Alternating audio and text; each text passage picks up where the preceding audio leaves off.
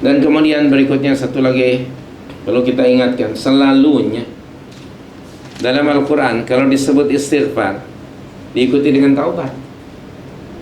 Selalunya begitu. Tadi umpamanya dalam surah 11 ayat 3, betul tak?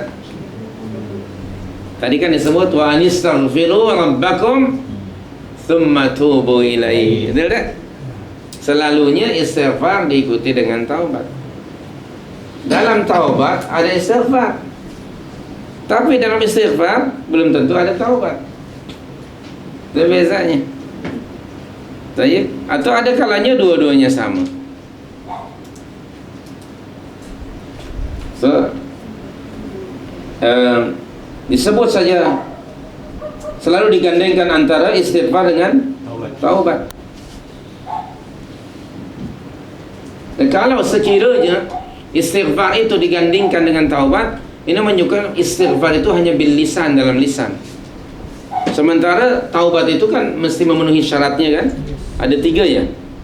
Kalau dosa itu antara seorang hamba dengan Allah. Yang pertama apa? An-nadamah, menyesali diri. Menyesali diri ke atas apa yang sudah dilakukan. Yang kedua apa? Okey. Berazam tidak akan lagi melakukan perkara itu. Jangankan melakukan, mendekati pun tidak mau. Dan ketiganya apa? Akan menggantikan kesalahan dengan kebaikan.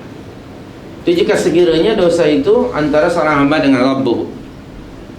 Tapi jika dosa itu di antara manusia dengan manusia, tambah lagi satu, yaitu mengembalikan hak orang yang diambilnya itu, baik marwahnya atau hartanya dan sebagainya. Kembalikan. Okay? Jadi tidak hanya cukup dengan dibayar ya, tapi harus dikembalikan haknya. Minta maaf kepada si fulan itu. Nah, kalau taubat kepada Allah ini mudah ya, tapi kepada manusia nih kita hati-hati. Sebab kesalahan sesama manusia Allah tidak akan campur tangan. Allah tidak akan campur tangan.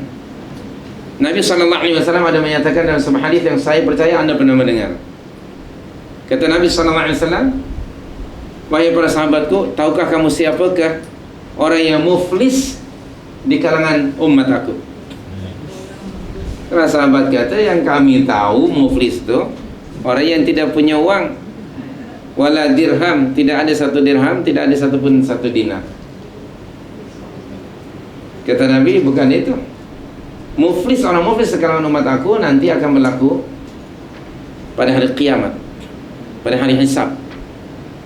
Seseorang masa di dunia dahulu, katalah pernah menzalimi B, menjatuhkan marwahnya, mengaibkannya, mengambil barangkali barang milik dia, segala kesalahan. Masa mereka hidup berdua di dunia itu, tadi tidak minta maaf dan tidak mengembalikan hak yang diambil dari B itu, sehingga dia mati. Lalu pada hari kiamat yaumul hisab, Allah akan pertemukan keduanya. Allah akan minta supaya menebus kesalahannya apa yang dilakukan ke atas si B tadi. Dengan cara bagaimana? Allah akan mengambil kebaikan, pahala dari kebaikan amalan itu untuk menebus kesalahannya, diberi kepada, masukkan dalam account B. Sekiranya tidak mencukupi, maka Allah akan melihat dalam account B.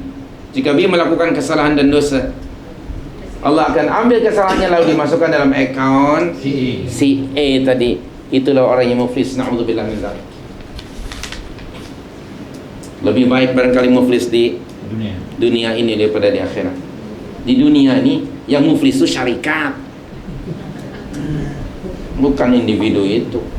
Betul tak? Individunya masih glamour, syarikatnya yang bankrupt. Kan begitu di dunia ini. Tapi di akhirat, na'udzubillah min dzalik, seperti itu. Oleh itu, sudah sewajarnya kita selalu saling memaafkan. Kepada kawan-kawan kita, kita maaf, kembalikan hak orang lain. Barangkali kalau benda itu mudah kita nak kembalikan, tapi marwah, diaibkan saudaranya itu di depan orang ramai lagi. What more kalau diekspos melalui media massa, jutaan manusia terpengaruh. Begitu berat dosa itu. Di akhirat sangat berat. Karena itu kita berhati-hati. We should respect each other. Okay? Kita saling minta maaf di sini ini. Karena orang mukmin memang punya karakter itu, selalu memaafkan kesalahan orang. Wal 'afina 'anil nas, kan? Dalam surah Ali Imran ayat 134 itu. Okey.